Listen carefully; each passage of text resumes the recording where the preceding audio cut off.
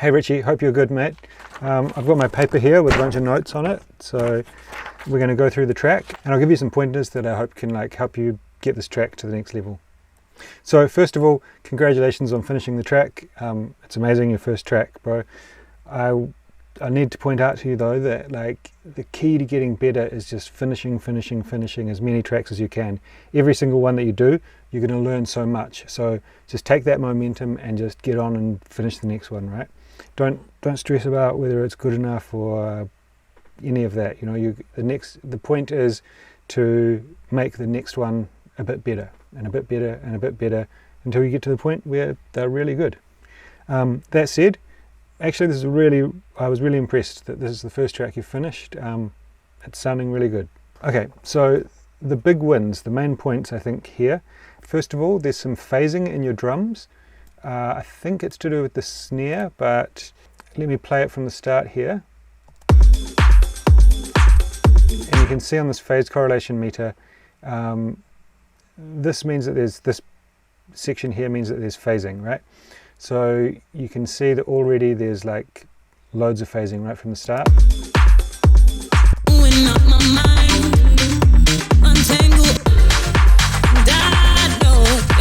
And it seems to be when the snare's playing, so I think it's the snare. I haven't been able to isolate exactly what it is, but I think it's your kind of main snare clap thing that's going throughout most of the track.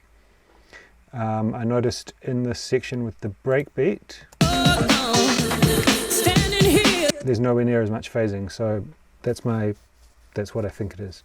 So my next main point is the arrangement. It doesn't exactly flow in a kind of traditional way. A really good method for creating a simple arrangement is to make an A, B, C section of your track, which kind of builds upon each other. And then you can basically just kind of repeat that throughout the track.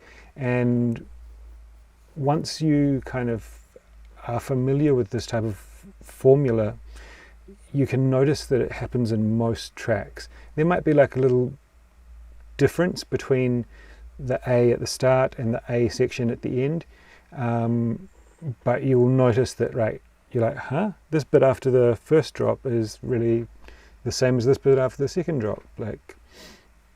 It's really common, and it helps the track to flow, and it helps to kind of make it feel cohesive and feel like it's consistent for the listener. So with the arrangement, I'll get into a few more specifics, but what I've done here, your reference track, I've kind of mapped it out here to show you kind of a little overview of how their arrangement works. So they've got an intro here with just the drums. Then they're building on that and introducing the main theme of the track. Then they've got a little breakdown which teases in the vocal.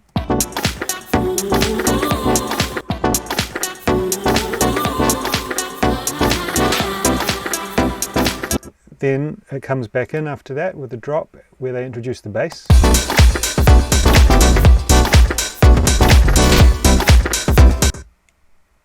Then they've got this little mini break here, and then they bring in the vocals. Then they've got a bridge section where they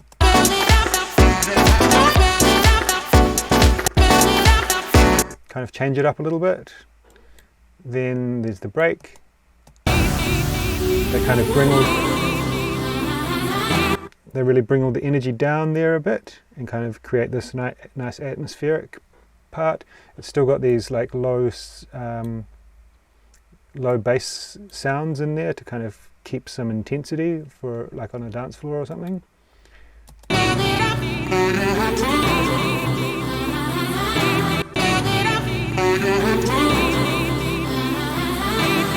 Then they've got this bit where the vocals kind of playing in full, and that really gets to shine, that gets its moment. Then there's a little bit of tension before the drop.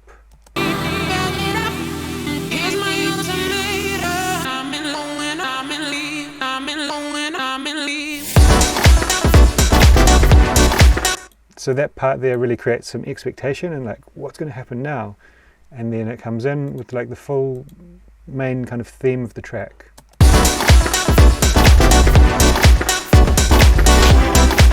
and then they repeat this kind of little change up to create tension before they're going from this main theme, and then they're bringing in the vocal.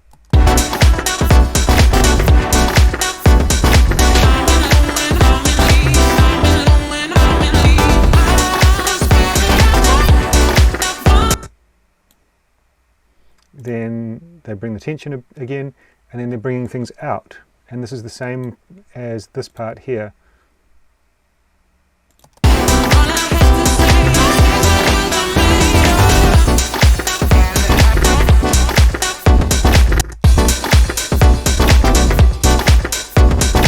And then they put an outro, where they kind of take even more things out of the track.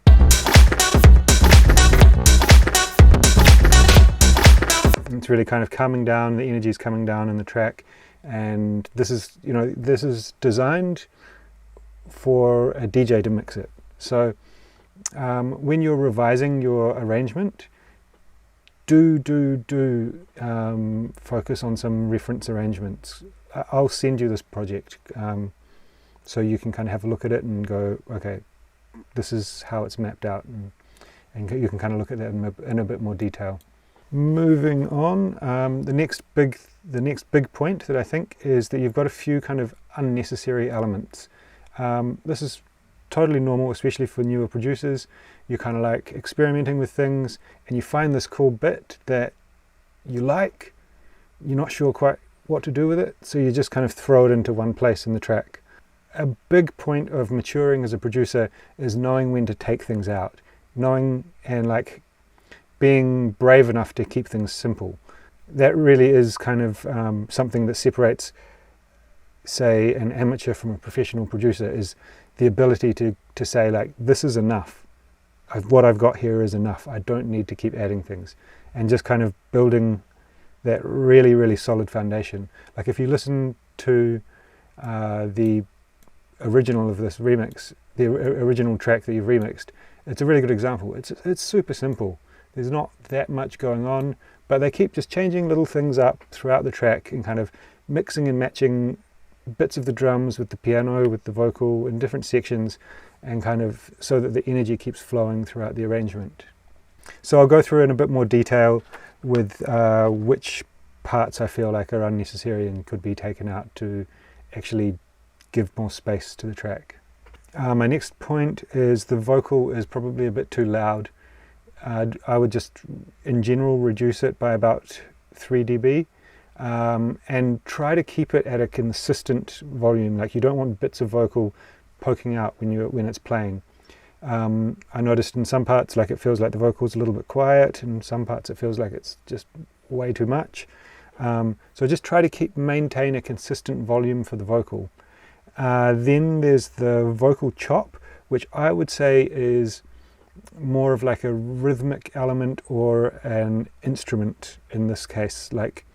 So I would have it a bit quieter than the main vocal.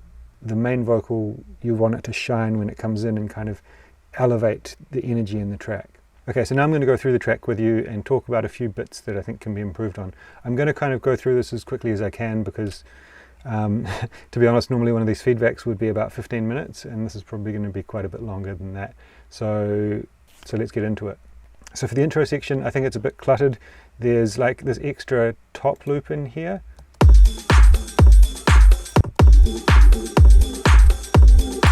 So in my opinion, that's just kind of totally unnecessary.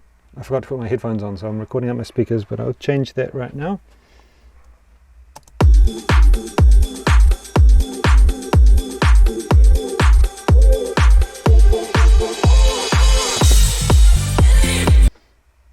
So that intro section, it's like if you check out this original and this reference, you just want it to be really kind of simple, okay?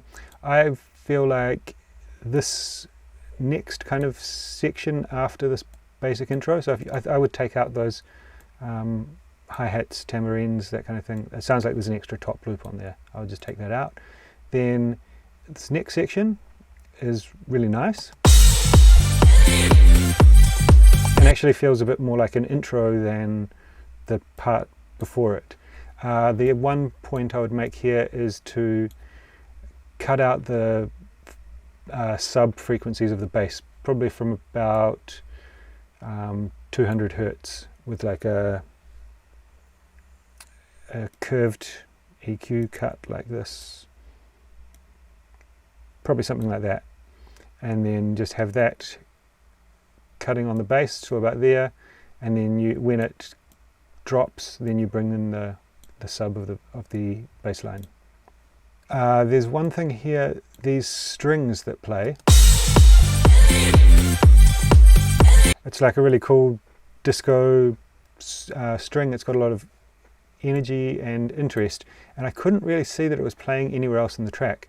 So if it was my track, I would make that much more, I would use that more in the track, because it can help to bring the energy up into a different section. One section where it's got like your main kind of groove, and then you can even have the next section just exactly that, but then with the strings on top, and the energy is really going to come up. Next we've got this break.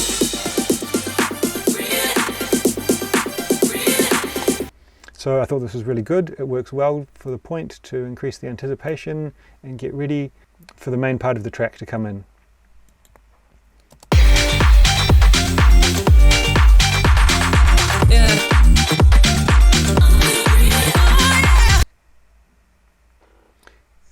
So this is a cool drop. It works well in my opinion. There's a guitar riff that's playing on here, like a rhythm guitar, which isn't playing many places throughout the track. I would potentially ditch it because it's just a bit confusing when it plays like every now and then. It does help like the rhythm and the energy of the track, but then it kind of comes out in a bunch of these main sections of the track. Okay, next you've got this little break here.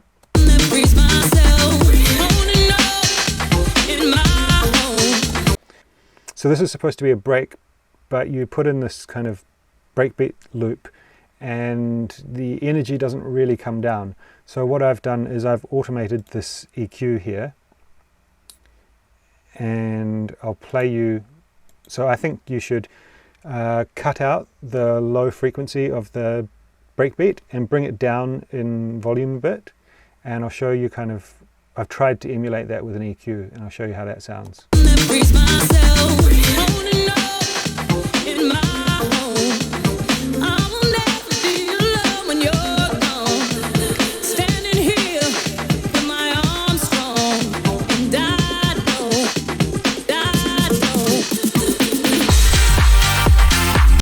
So you can see when that drops back in, after you take out those low frequencies and things, it has a lot more energy and it emphasizes that drop a lot more. So my next thing is this section here where these horns come in. Now the horns I think are really cool, but I feel like they really just kind of come out of nowhere. It's like the balance of energy between the part before and the part after is not equal when you've got those horns in there.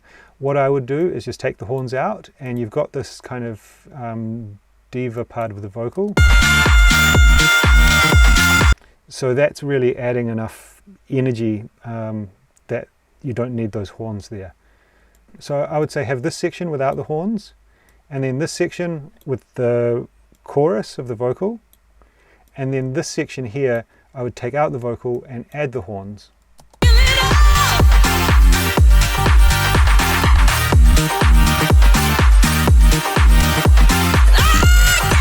So I don't think you need that vocal in there. I would just use the horns for this part. Then in the next section,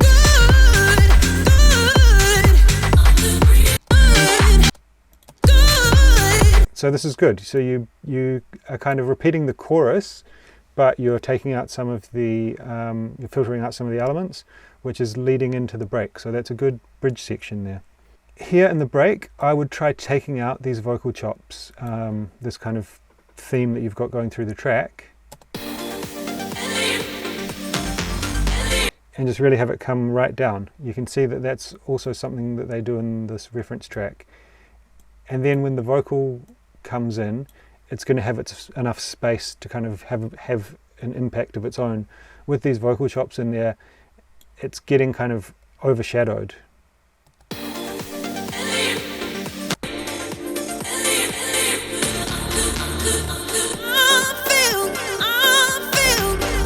So that's going to, when that part there comes in, that real kind of diva-y croning bit of the vocal, it's going to have like a big emotional impact if it doesn't have those vocal chops there. And the combination with this like deep sub bass element that you've got going on will be really cool, I think. So this build up I thought was really good. It does exactly what it should. It's bringing up the energy before the drop. I would probably try and find a like white noise riser or something and just use it subtly underneath to help increase that energy and bring it up. And then maybe just before the drop you can use like a reverse cymbal or something to kind of help even more just transition it into that drop. Now, in my opinion, this drop really isn't working because you like build up all this energy and it just falls flat. All the energy is lost when the beat comes back in, and this really is the big moment of your track. This is like the payoff moment. You've introduced all of the elements, you've built up all this tension, and then this needs to be the kind of big hands in the air moment on the dance floor. So if you listen here what's happening.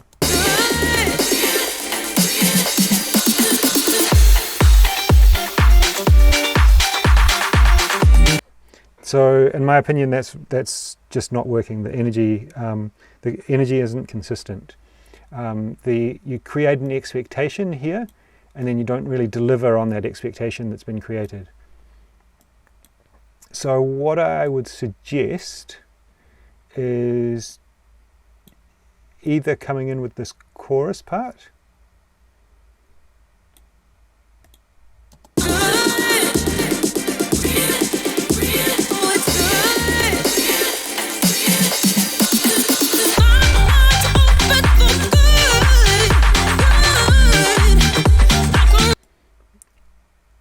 or coming in with the horns part.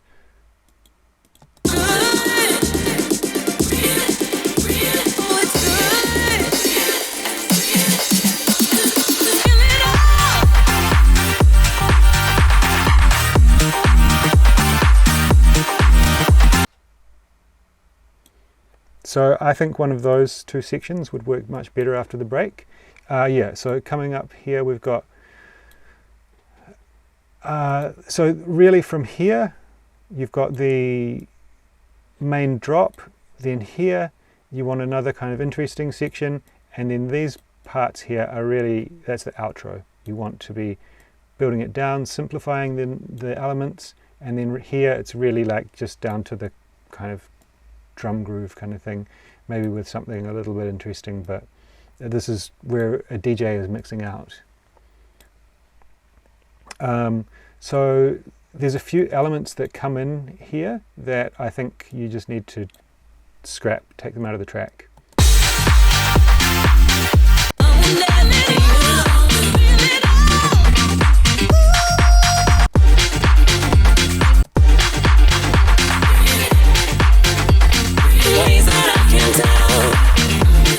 So you've got another rhythm guitar sample, which is the first time it's playing in the track. I would just ditch that altogether. And then you've got all these kind of random messy vocal chops that it feels like you've just kind of thrown in because you weren't sure where to put them throughout the track. So I would just take them out. And then here you've got more vocals. Yeah, life experience. You could have this spoken word vocal that could be quite cool and interesting, but I would have it like a lot quieter. So it's kind of just really like playing maybe here, and it's really creating an outro for the track, right? So you have this little mini break here.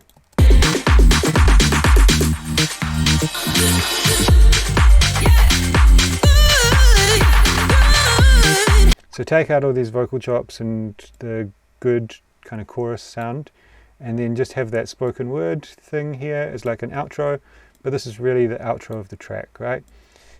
Then you break it down even further here.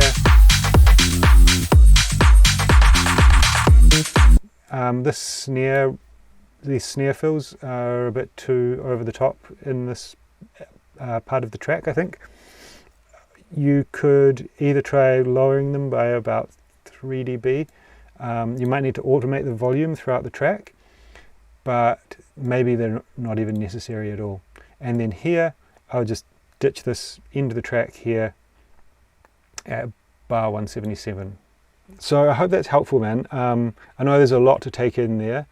It's kind of like music production in a way, or writing arrangement it's kind of like a puzzle in a way. Like it's like there's almost a formula to it, and when you're starting out you don't really understand or know the formula. So this is like a really common thing. My tracks used to be just like this, with bits and pieces all over the place. Like a really good way to do it is just to kind of have 3 main sections. So I would suggest having this section,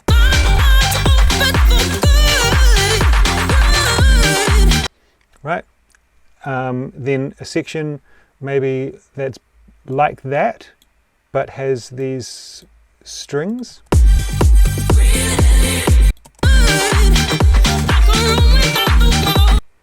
And then a section that has the horns.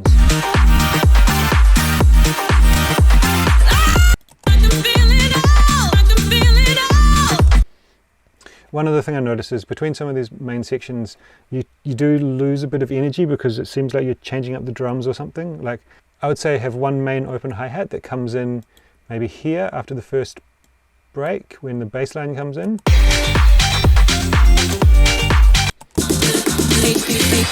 And then maintain that throughout the track. You can maybe bring it out here to kind of create this sense of like coming down before the break. Leave it out through the break and then drop it back in here. Then again you can take it out, maybe here or here, just to kind of bring the energy down again. I'm going to send you also a copy of my notes because I think it will be helpful for you. As like I said, there's a lot to go through here.